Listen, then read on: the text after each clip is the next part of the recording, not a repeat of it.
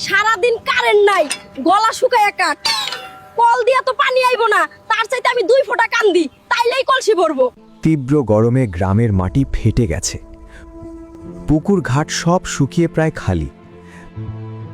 তার ওপর ঠিকমতো কারেন্ট থাকে না। সব পানির মোটর বন্ধ, কোথাও পানি তোলা যাচ্ছে না। চারদিকে শুধু তৃষ্ণা আর কষ্ট। বানর তার ছোট বাচ্চাকে নিয়ে বসে আছে। বাচ্চাটা কাপা গলায় বলছে, মা একটু পানি দাও, আমার তৃষ্ণায় বুকটা ফেটে যাচ্ছে মা, কোনোভাবে ব্যবস্থা করে এনে দাও পানি মা, আমি যে আর তৃষ্ণা সহ্য করতে পারতাছি না। কিন্তু ঘরে এক ফোঁটাও পানি নেই।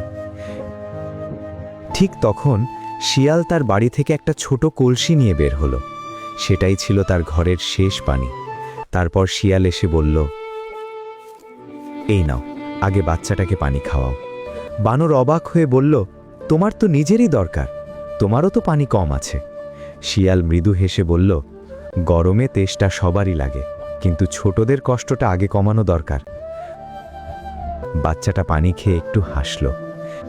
সেই তপ্ত দুপুরে এক কলসি পানিই যেন সবচেয়ে বড় দয়া হয়ে উঠল। অভাবের সময় সামান্য সাহায্য অনেক বড় হয়ে যায়। সত্যিকারের মানবতা তখনই বোঝা যায় যখন নিজের কম থাকলেও অন্যকে দেওয়া যায়। খরা, কষ্ট আর অভাব সব কিছুর মাঝেও দয়ার এক ফোঁটা জলই সবচেয়ে বড় আশীর্বাদ। মনে রাখবেন, আমরা যা দিই তা শুধু সাহায্য নয়, কারো জীবনে নতুন আশার আলো হয়ে ফিরে আসে।